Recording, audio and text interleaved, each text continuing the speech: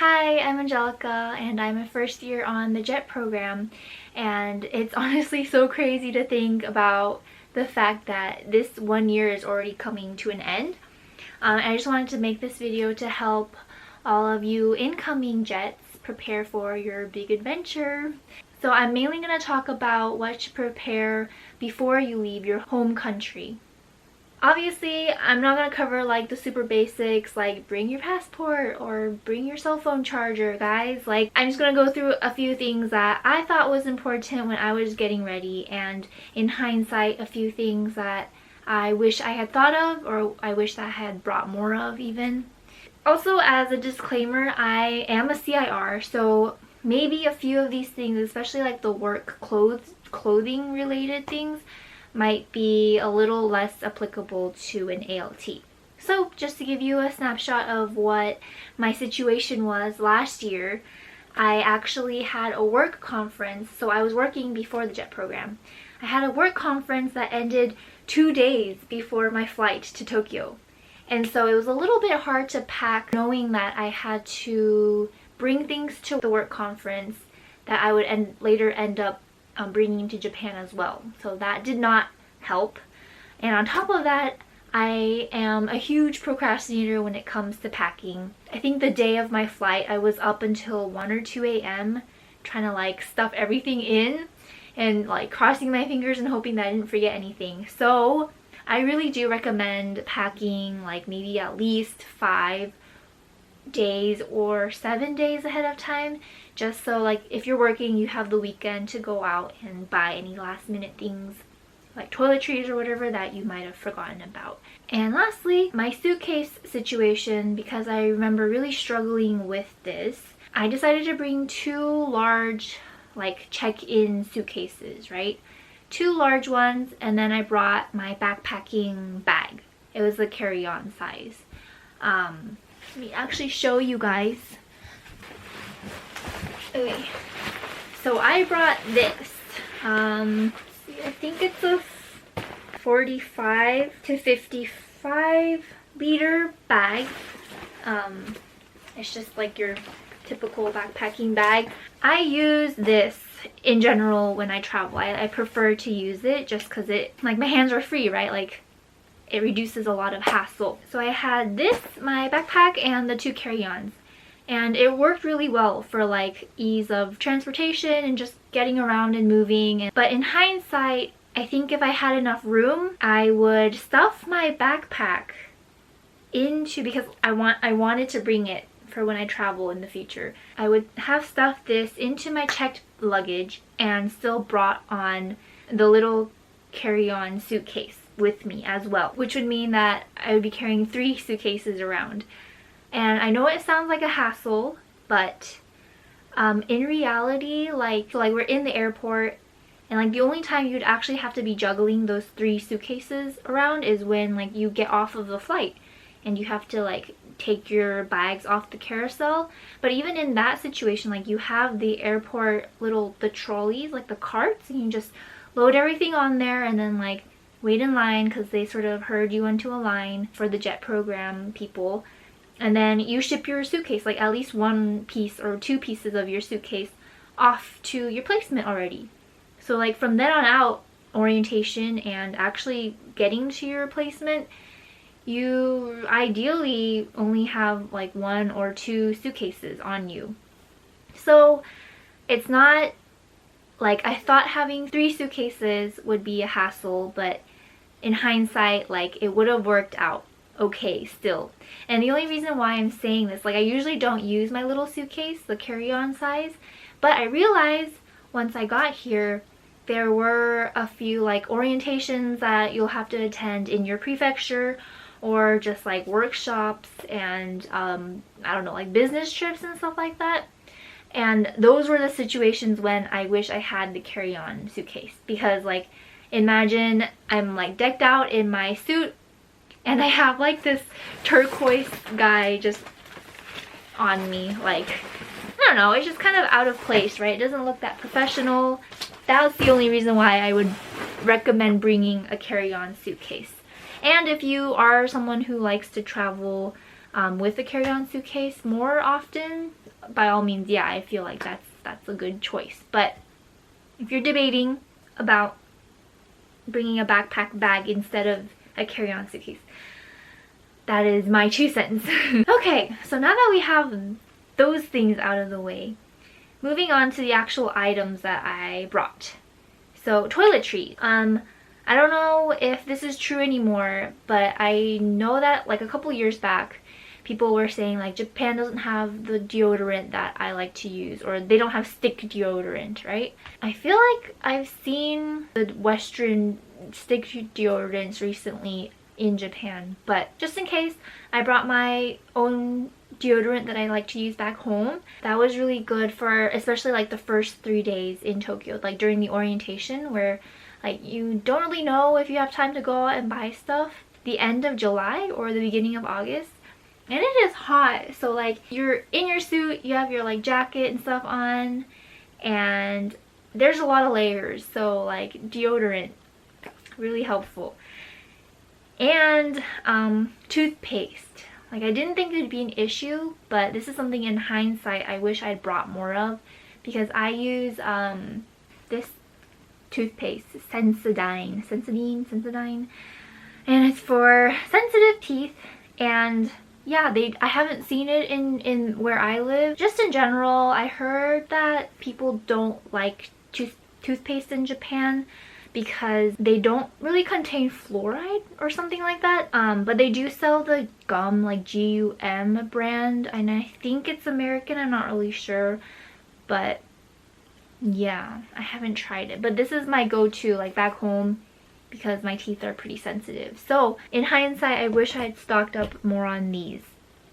So if you're really attached to your toothpaste. Now onto work clothing. I brought 2 black suit jackets and 2 black dress skirts.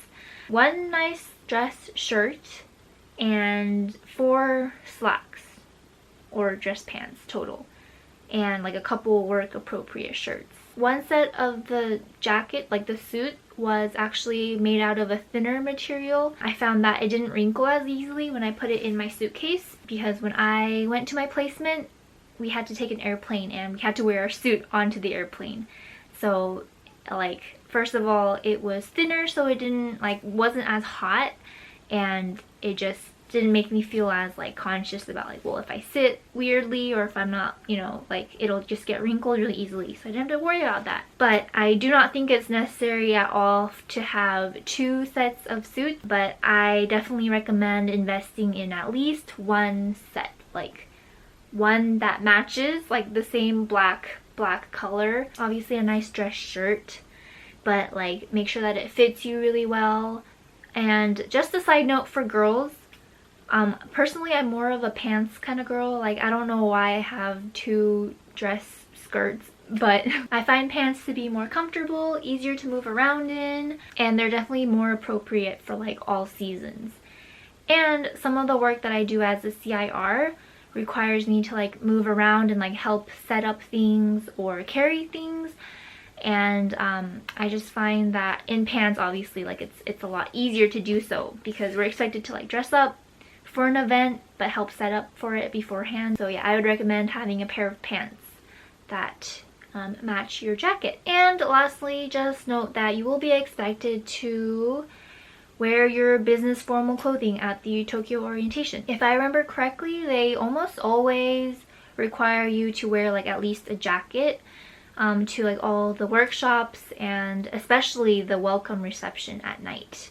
And lastly, for work, I guess it's more of an accessory, my trusty work bag. It's getting a little bit frayed.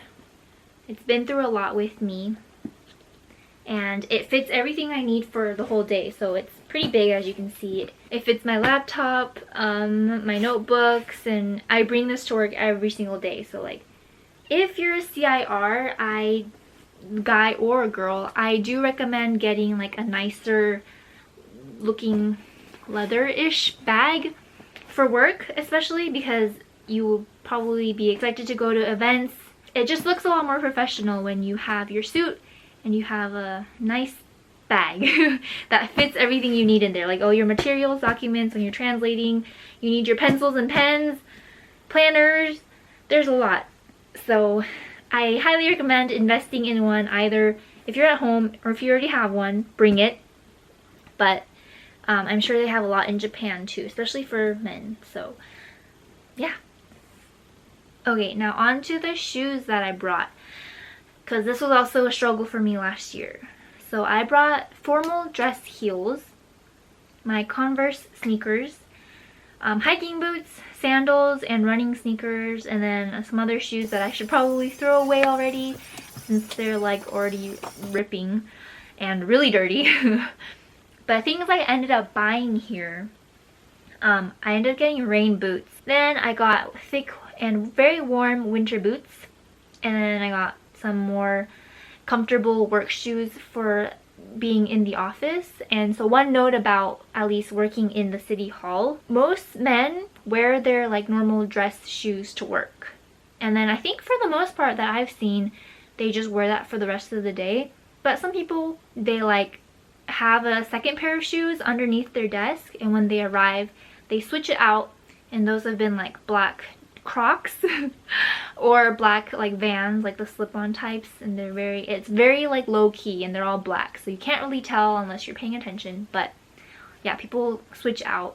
And for women, I found that they switch out a lot more frequently than men do. So I see a lot of women in the winter, their winter boots to work. In like the spring, summer, fall, they wear like their normal kind of like Converse looking sneakers, or like New Balances or whatever, or their like dress heels. And then they have like a pair of these like sandals, and they sell these like every shoe store in Japan.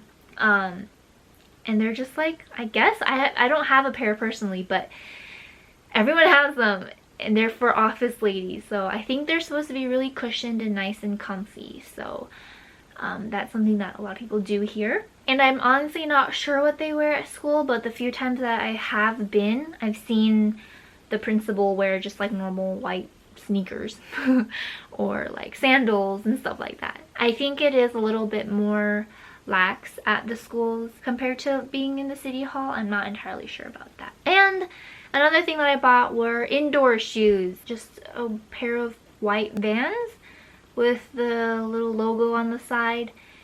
And indoor shoes, if you don't know what they are, they're supposed to be shoes that you haven't used outside before. Like, they just have to be clean on the soles because you wear them inside. You literally have to use these everywhere. Like, even more so if you're an ALT, because as I understand it, you have to use it in your schools. But I don't work at a school, and even so, like, I used to take dance lessons at a studio, and they required me to buy indoor shoes.